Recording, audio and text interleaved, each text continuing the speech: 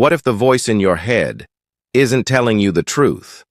Not sometimes, not occasionally, but almost all the time.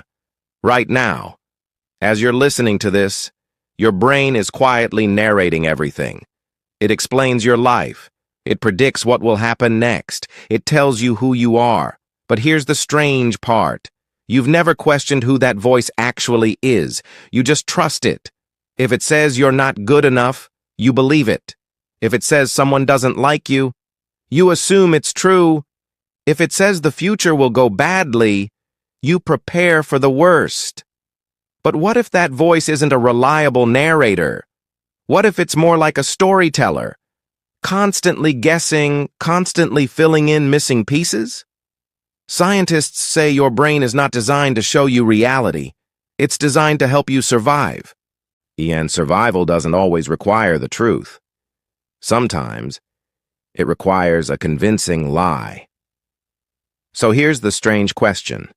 If your brain is constantly telling stories, then who, exactly, is listening to them? Because by the end of this video, you may realize something unsettling. The voice in your head might not be you at all. Have you ever noticed something strange? Your mind is always narrating. You're walking somewhere, and your brain says, "I'm tired." You're talking to someone, and your brain says, "That sounded stupid." You're trying something new, and suddenly the voice appears. This might fail. People might judge you. Maybe you're not capable. But here's something fascinating. That voice isn't observing reality. It's interpreting it. Your brain constantly tries to explain everything happening around you, but most of the time doesn't actually know the full story. So it guesses.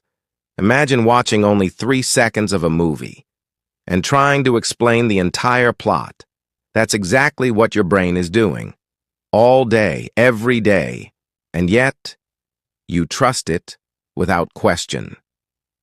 Before we go deeper into this strange mystery, if you're curious about the hidden ways your mind works, subscribe now, because understanding your own mind might be the most powerful discovery you'll ever make. Now, let's continue, because the next thing your brain does is even stranger. Your brain isn't just thinking, it's predicting. Right now, before anything happens, your brain is already guessing what will happen next. When someone texts you, your mind predicts the meaning. When someone looks at you, your brain guesses their opinion.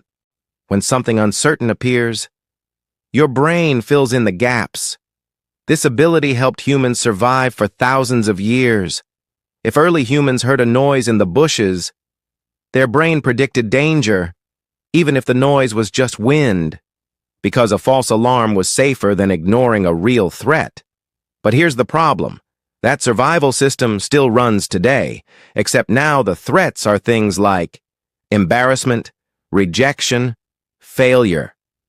So your brain constantly predicts negative outcomes. Not because they're true, but because your brain prefers safety over accuracy, which means many of your thoughts are not facts.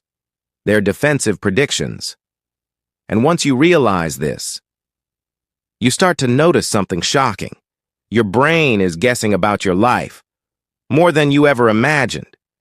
Your brain hates uncertainty.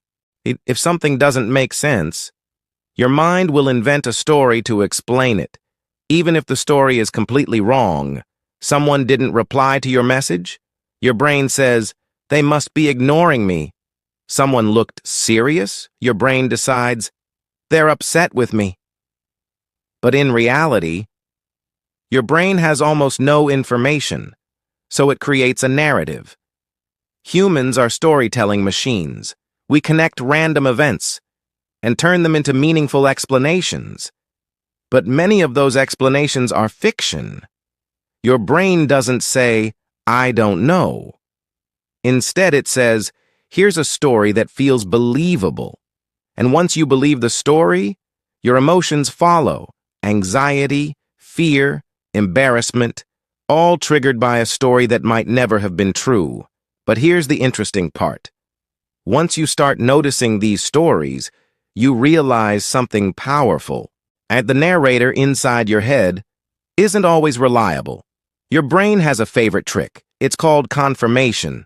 Once your mind believes something, it starts looking for evidence to prove it. Imagine your brain decides, I'm not good at this. Suddenly your mind highlights every small mistake, but it ignores your successes. Or maybe your brain decides, people don't like me. Now every neutral expression looks negative. Every silence feels like rejection. This is how the brain quietly distorts reality. It filters the world to match the story it's already telling. Psychologists call this confirmation bias. But in everyday life, it just feels like the truth. Because when your brain shows you evidence, it feels convincing. But the truth is, your brain might be hiding half the picture. Your brain loves to believe it's in control. It tells you that you carefully think, decide, and then act. But scientists have discovered something strange. Many of your actions begin before you're consciously aware of them.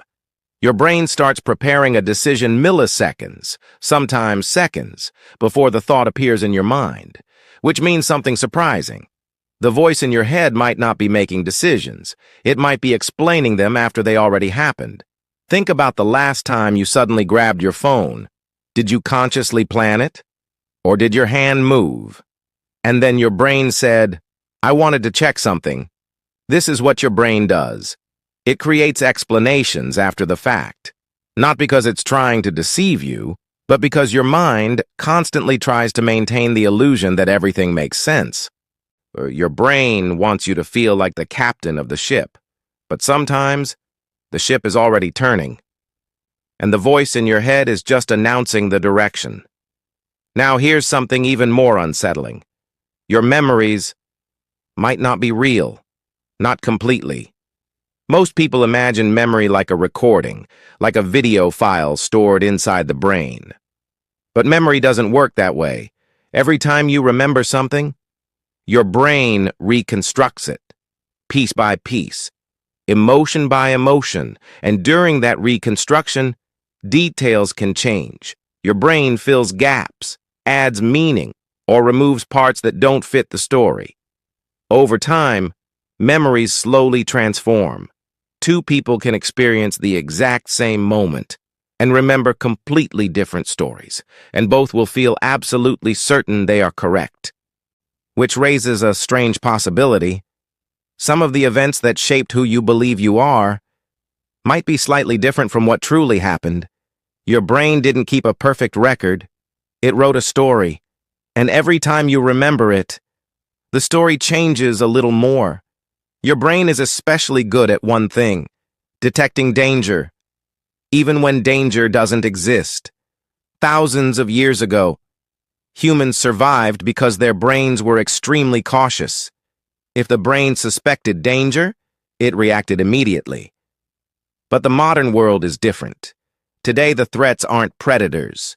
They're things like embarrassment, rejection, or uncertainty. But your brain still reacts the same way. A small social risk can trigger the same alarm system that once protected humans from wild animals. Your heart beats faster, and your mind predicts worst-case scenarios. And the voice in your head whispers, don't do it. You'll fail. People will judge you. But many of these fears aren't warnings. They're ancient survival systems misfiring. Your brain isn't lying to hurt you. It's lying because it evolved to protect you, even if that protection sometimes keeps you stuck. Your brain tells one story more than any other, the story of who you are. It constantly reminds you, this is the kind of person I am. I'm good at this. I'm bad at that. This is my personality. But here's something strange. That identity isn't fixed. It's a collection of memories, experiences, and interpretations your brain stitched together. Imagine reading a book about a character, then rewriting a few chapters. Suddenly, the character feels different. That's what your brain does with identity. It edits your story over time, but it still presents the story as absolute truth. And because you believe the story, you behave according to it. But what if the story isn't permanent? What if it's just a narrative your brain constructed to make sense of your past? Here's a strange experiment. Watch your next thought. Don't control it. Just observe it. Wait for it. Now ask yourself something simple. Where did that thought come from? Did you create it? Did you plan it? Or did it just appear out of nowhere? Most people notice something surprising. Thoughts arrive on their own. They appear, speak, and disappear, like clouds drifting across the sky.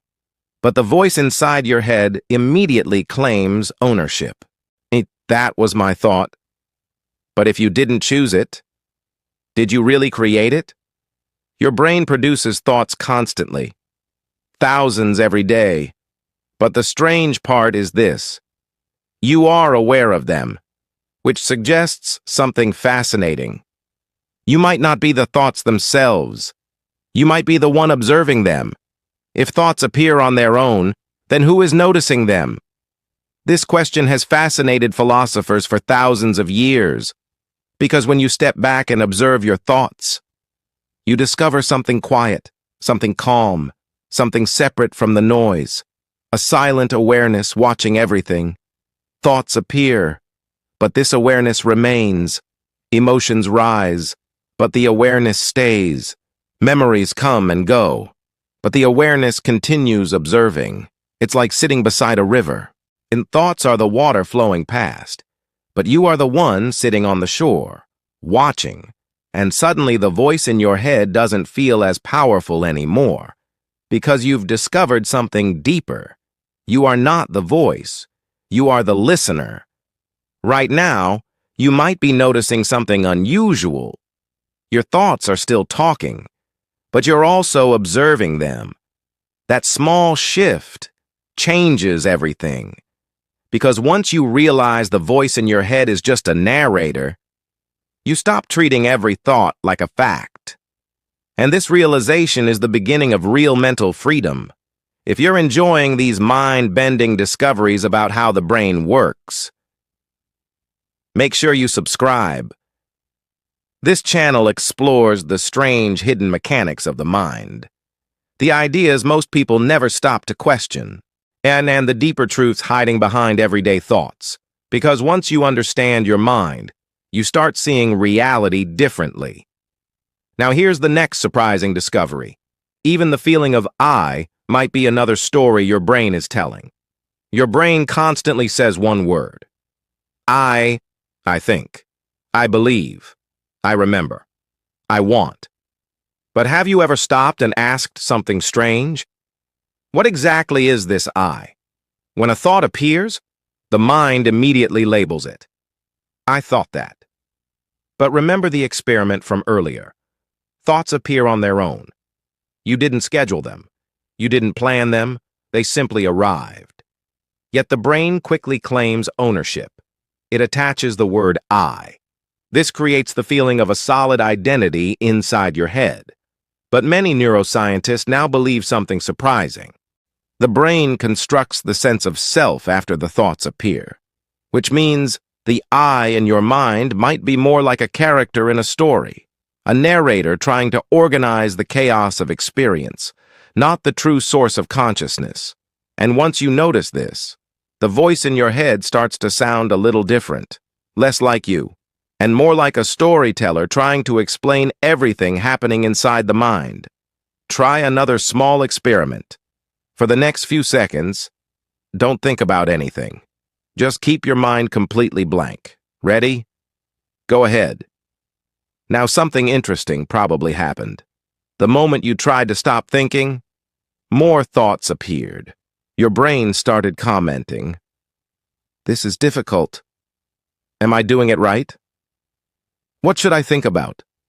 It's almost impossible to shut the system off. Because the brain is constantly generating thoughts automatically, like a machine that never stops running. But here's the strange part. Even while the thoughts were appearing, you were watching them. which means something deeper than the thoughts was still present. A quiet awareness noticing the entire process. And that awareness didn't need to think at all. Here's where things become truly strange. Your brain is trying to understand itself. Think about that for a moment. The same system producing thoughts is also analyzing those thoughts. It's like a mirror reflecting another mirror, an endless loop of self-observation. And because of this loop, your brain creates the feeling that there is a central controller inside, a thinker behind the thoughts.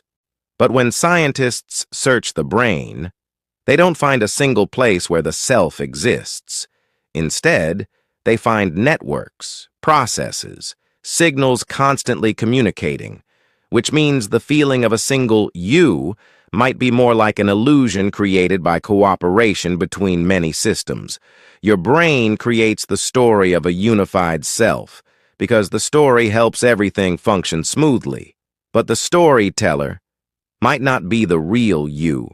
Your brain doesn't just create thoughts, it amplifies emotions. Imagine a small event happens. Someone ignores your message. Immediately, the brain begins its narration. They must be upset. Maybe I did something wrong. Then the brain adds emotional fuel. Anxiety appears. Self-doubt appears. But remember something important. The emotion often comes after the story. If the brain told a different story, the emotion would be completely different. Maybe the person was busy, maybe they never saw the message. But the brain rarely chooses neutral explanations. It tends to choose dramatic ones, because dramatic stories capture attention, and attention keeps the mind alert. But sometimes that alarm system exaggerates reality, turning small uncertainties into powerful emotions. Here's something powerful to notice. Thoughts describe reality, but they are not reality itself. Imagine looking at a map. The map shows roads, cities, and directions. But the map is not the actual world. It's just a simplified representation. Your thoughts work the same way. They try to map reality, but the map is never perfect. Sometimes it leaves things out. Sometimes it exaggerates details. Sometimes it's completely wrong. Yet the brain presents the map as if it's the territory itself. And when you forget this, you start reacting to thoughts as if they were absolute truth. But when you remember the difference, a small space appears, a space between thought and reality. And in that space, you gain something powerful: choice. Once you see the difference between thoughts and reality, something interesting begins to happen. You start noticing the quiet space between thoughts. A brief pause, a moment of silence. Most people overlook this space completely, because the mind moves quickly from one thought to the next. But when you slow down, you begin to sense a deeper stillness, a calm awareness behind everything. This awareness doesn't judge, it doesn't panic, it simply observes. Thoughts come and go, and emotions rise and fall, but the awareness remains steady, like the sky behind moving clouds. And once you discover that space, the voice in your head loses some of its control, because you realize something important. The narrator is not the entire mind, it's just one small part of it. By now, you've probably started noticing your thoughts differently. The voice in your head is still talking, but something else is also present. The observer, the awareness quietly watching everything. If these ideas are expanding how you see your own mind, make sure you subscribe, because this channel explores the most fascinating mysteries of consciousness, how the brain creates reality, and how awareness might exist beyond the voice in our heads. These are the questions philosophers and scientists have explored for centuries. And the deeper you explore them, the more your perception of everyday life begins to change. Now let's move to one final realization, the most important discovery of all. Your brain runs on loops. Thought creates emotion. Emotion creates more thoughts. Those thoughts strengthen the original emotion, and the cycle continues. But once you recognize the loop, you can step outside it. Instead of reacting automatically, you observe. Instead of believing every thought, you question it, and suddenly the loop slows down. This doesn't mean the brain stops producing thoughts. It simply means you no longer treat every thought like a command. Some are just passing noise. Some are old patterns repeating themselves, and the more you notice this, the less power the narrator has over your actions. When you stop believing every thought, something surprising happens. You feel lighter, because the brain produces many negative predictions automatically. But awareness allows you to watch them without reacting immediately. A thought says, "This will fail," but awareness simply observes it. A thought says, "You're not capable," but awareness notices it like a passing cloud. And when thoughts are seen this way, they lose their authority. They become suggestions, not commands. And in that moment, you discover a kind of freedom most people never notice. Freedom from automatic thinking. So if the brain lies sometimes, is that a bad thing? Not always. Some illusions are helpful. Confidence, for example. Your brain might exaggerate your ability slightly. That belief pushes you to try. Optimism can be another useful illusion. Believing things might work out encourages action. Without these mental shortcuts, humans might hesitate too much. So the brain tells small stories to keep you moving forward. The key isn't eliminating those stories. It's recognizing them for what they are. Tools, not absolute truths. Once you see how the mind works, you gain something rare: perspective. Instead of being trapped inside every thought, you begin to watch the entire process. Thoughts appear. Emotions react, stories form, but awareness remains separate. This perspective doesn't silence the brain, but it changes your relationship with it. The narrator becomes just another voice in the room, not the ruler of your life, and when you live this way, your decisions become clearer. Because they are not driven purely by automatic thoughts. They are guided by awareness. After everything we've explored, one realization becomes clear. Your brain is an incredible storyteller. It predicts, explains, creates memories, builds identity, generates emotions, and constantly narrates your experience of life. But the narrator is not the whole mind. It's just one voice among many processes happening inside your brain. And when you see this clearly, you stop fighting your thoughts. You simply observe them, like waves rising and falling in an ocean. The ocean doesn't argue with the waves. It allows them to move, and awareness works the same way. Right now, your brain is still talking. Even as you listen to this, maybe it's analyzing the ideas. Maybe it's agreeing. Maybe it's questioning everything. That voice may never completely stop, but now you see it differently. You see it as a narrator, a storyteller, a prediction machine trying to understand the world. And behind that voice, there is something else, something quiet, something aware, something simply watching. And that leads to one final question, a question philosophers have asked for centuries. If the voice in your head is speaking, if the brain is telling stories, if thoughts are appearing on their own, then who is listening?